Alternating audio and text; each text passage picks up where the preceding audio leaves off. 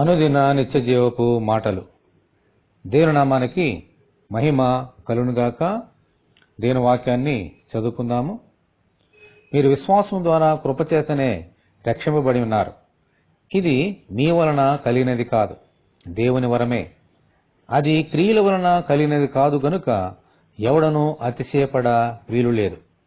ఎఫెసీయులకు రాసిన పత్రిక 2వ అధ్యాయము 8-9 వచనములు. దేవుని కృప లేకపోతే ఈ లోకములో మనమేమీ చేయలేం, పొందుకోలేం. కృప అనేది మన జ్ఞానమును బట్టి, బలమును బట్టి పొందుకోలేం. అది దేవుని వరము. ఆమేన్.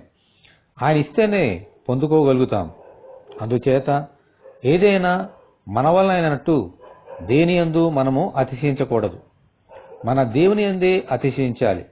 ఈ కృప యేసుక్రీస్తునందలి విశ్వాసము చేతనే పొందుకోగలుగుతాము. అటువంటి విశ్వాసంతో కూడిన కృపలో నడిపించమని మన ప్రభువైన యేసుక్రీస్తును ప్రార్థనలో వేడుకుందాము. ప్రభువా, నీ కృపను బట్టి దేవా మీ వందనాలు. మీ కృప చేతనే మేము రక్షింపబడి ఉన్నాము. మీ కృప ఆకాశం కంటే ఎత్తైనది, సముద్రము కంటే లోతైనది.